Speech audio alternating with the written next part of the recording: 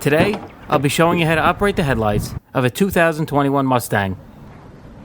You'll find the headlight control located on the dashboard to the left-hand side of the steering wheel.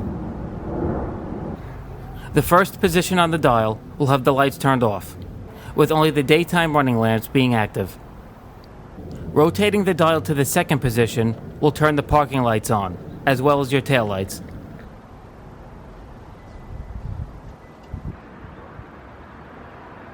Selecting the third position on the dial will activate the headlights. The fourth and final position will engage the automatic headlights. Selecting this function will automatically control your headlights, turning them on and off by monitoring daylight with a sensor at the base of the windshield. Your high beams are controlled using a lever on the left side of the steering column. With the headlights on, push the lever forward toward the front of the Mustang.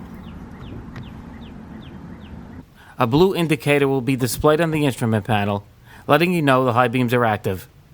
To turn the high beams off, pull the lever back toward the rear of the Mustang.